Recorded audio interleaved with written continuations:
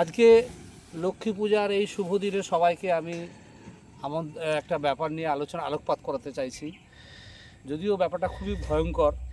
আপনারা জানেন যে ডুরিয়া থেকে একটা 22 ফুকা থেকে একটা রাস্তা তপনা দিকে চলে গেছে। সেই রাস্তায় এই যে আমার ছোটা পাগলা নদীর ধারে যেখানে আমি দাঁড়িয়ে আছি, এখানে দেখুন এই রাস্তাটা বেশ কিছুদিন আগে হয়েছে, কিন্তু রাস্তাতে দেখুন একটা বিশাল বড় ধস নেমেছে, মানে একটা বড় পোর্শন ল্যান্ডস্লাইড হয়ে পুরো নদীর দিকে বেঁকে গেছে। এবং আপনাদেরকে যদি আমি একটু আস্তে আস্তে এগিয়ে দেখাই এটা বিভৎসতাটা, তা এখানে আপনি দেখবেন কত বড় একটা গর্ত। আপনারা দেখুন এই রাস্তাটা কোথা থেকে কোথায় নিচে নেমে গেছে, যার নিম্নের মাটির স্তরটাও ভালোভাবে লক্ষ্য করা যাচ্ছে। মানে এইটা একটা বিপদ সীমাভাবে চলে গেছে। পাশে নদী আছে, যত এই নদী এইভাবে টানবে, যত নদীটা এইভাবে টানবে ততটা রাস্তা কিন্তু ধসটা আরও নামবে। এতে সাধারণ জনগণ সহ গাড়ি এবং ছোট চার চাকা এবং ট্রাক্টর সহ যে সমস্ত যান চলে সেগুলোর জন্য একটা ভয়ঙ্কর দিক চলে আসছে। আচ্ছা, এই অবস্থা দেখুন এইখানটায় যদি একটু স্যারকে বলি একটু আলোকপাত দেখুন। দেখুন নদী এবং রাস্তাটা খুবই কাছাকাছি হয়ে এসছে।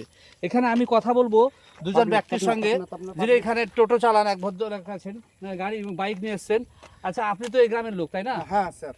আচ্ছা, আপনার কি অবস্থা এখানে? রাস্তা অনেক ধস নেমেছে স্যার, তো যার ফলে আপনাদের যাতায়াত ব্যবস্থা কেমন হচ্ছে? অনেক কষ্ট হচ্ছে স্যার আমাদের। আচ্ছা, আগামী দিনে আপনাদের এটা যদি বিপদটা না মানে করা যায়, তাহলে আপনাদের তো একটা বড় রাস্তাটা কাট অফ হয়ে যাবে। হ্যাঁ, অনেক স্যার কাটা পড়ে যাবে। আপনারা কি প্রশাসনকে আলোকপাত করেছেন?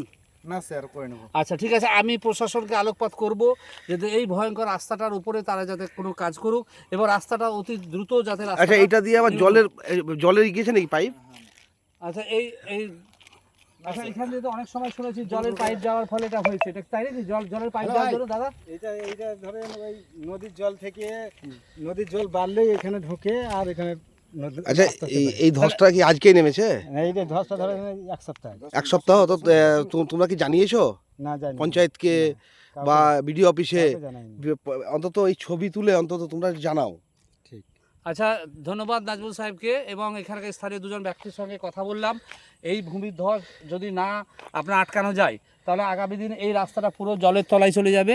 এবং আমি প্রশাসনকে অনুরোধ করব, যদিও মুরারই ব্লক 1 নম্বর ব্লক প্রশাসন এই সব ব্যাপারে খুবই আগ্রহী এবং সরকারও খুব আগ্রহী। সরকার সবসময় চায় মানুষের উপকার হোক, তবে আমরা প্রশাসনের কাছে এখন যিনি বিডিও আছেন খুব ভালো লোক। Thank you sir.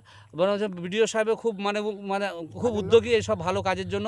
ওনাকেও আমি আবেদন করছি এবং মুরারই 1 নম্বর পঞ্চায়েত সমিতিকে আমরা আবেদন করছি এবং বিশেষ করে এটা যে ডুমুরগ্রাম অঞ্চল, সেই অঞ্চলের যারা মেম্বার আছেন বা প্রধান, তাদেরকে আবেদন করছি যাতে এই রাস্তাটা দ্রুত যাতে মেরামত করা হয়। এছাড়া যদি রাস্তাটা যদি পিডব্লিউডি হয়ে থাকে, পিডব্লিউডিকে অনুরোধ করছি আপনারা রাস্তাটার দিকে নজর দিন। Okay, thank you, have a nice day.